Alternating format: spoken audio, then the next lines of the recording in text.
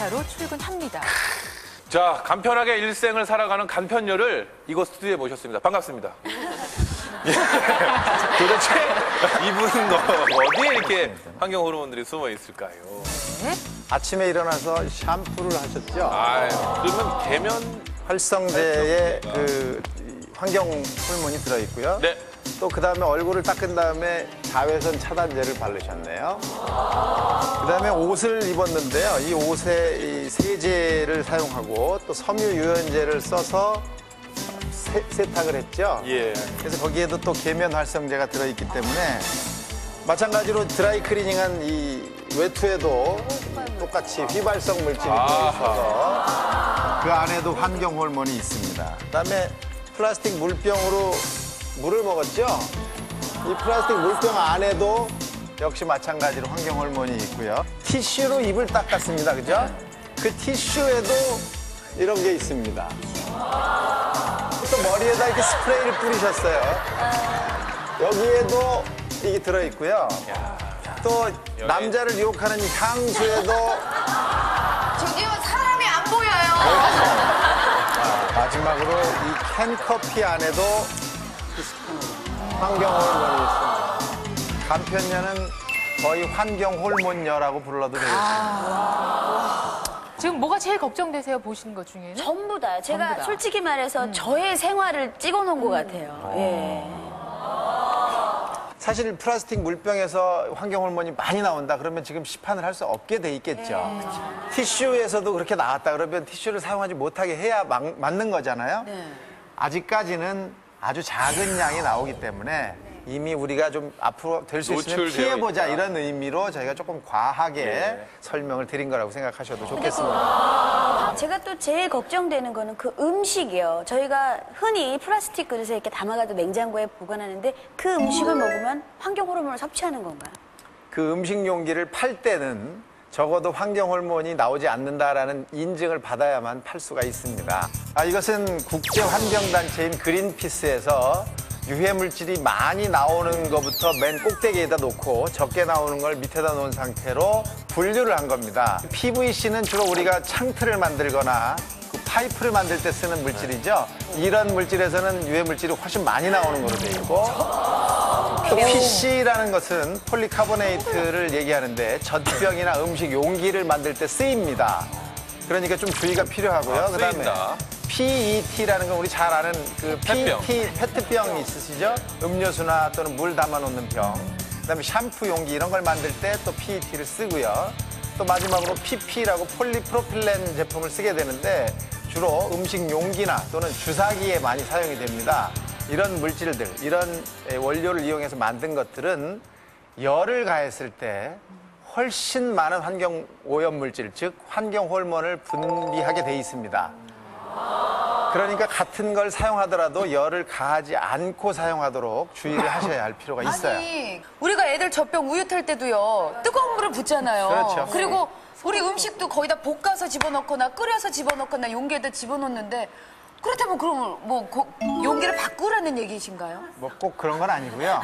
지금 시판되고 있는 것은 각자 규격에 맞게 환경 호르몬이 나오지 않는다라고 인정된 것들이 팔리는 거예요.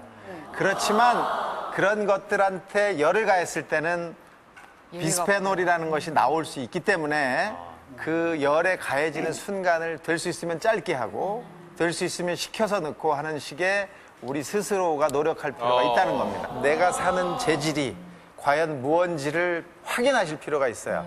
그 제품의 밑을 이렇게 들어보시면 뭘로 만들었다가 써 있습니다. 그러니까 이게 PVC로 만들었는지 PP로 만들었는지를 확인하시고 사시는 게 현명한 주부겠죠. 네.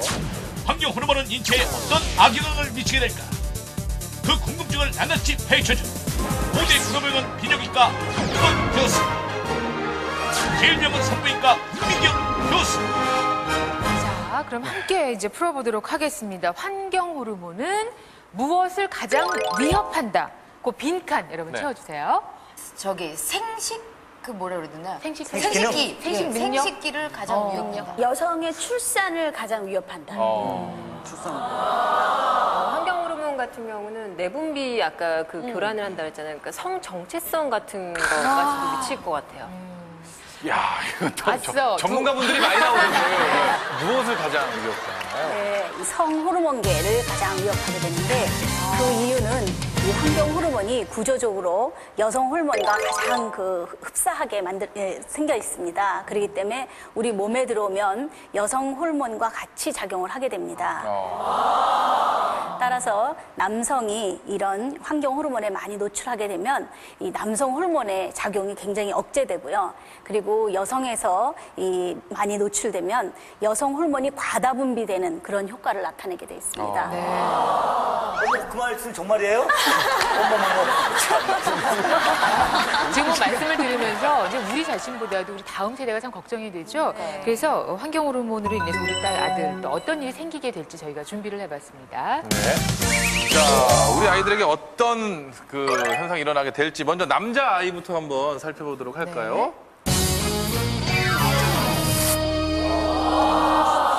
남성 호르몬이 필요한 것은 결국 남자를 만들고 남자를 남자답게 하는 겁니다. 네. 이 일생 동안 살아가는 동안에 남성 호르몬이 3번 크게 분비가 되기 시작합니다.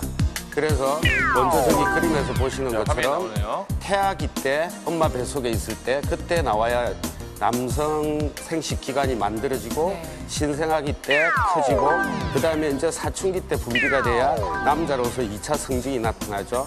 털도 나고 목소리도 굵어지고 음경도 굵어지고 커지고 그다음에 평생을 가면서 남자로서 성인이 살아갈 때도 남성 호르몬이 일정량이 있어야 되는데 그때 남성 호르몬이 부족하면 남성 호르몬 부족으로 인한 갱년기 증상이나 노화가 더 심해질 수가 있습니다. 요즘에 저 남자아이들이 자꾸 여성화되는 게 환경 호르몬 때문이라 그러는데 그게 사실인가요?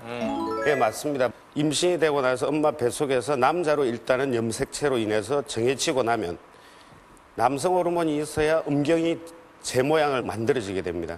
그런데 그때 당시에 잘 못 만들어지게 되면 음경 기형이 생길 수가 있고 그 중에 하나가 요도 하열이 생길 수가 있습니다. 요도 하열이라는 거는 요도구, 오줌 나오는 구멍이 기도 맨 위에 있어야 됩니다. 그런데 저게 밑으로 심한 경우에는 이 음낭 사이에 항문하고 있는 그 회음부 사이에 생기게 되죠. 음경의 기능은 첫째는 소변을 볼 때 오줌이 똑바로 나가야 되죠. 그런데 구멍이 밑에 뚫려 있다고 생각하면 발끝에 떨어지거나 심한 경우는 여자처럼 앉아서 소변을 봐야 되죠. 그다음 또 두 번째가 성인이 되어서는 발기 조직이죠.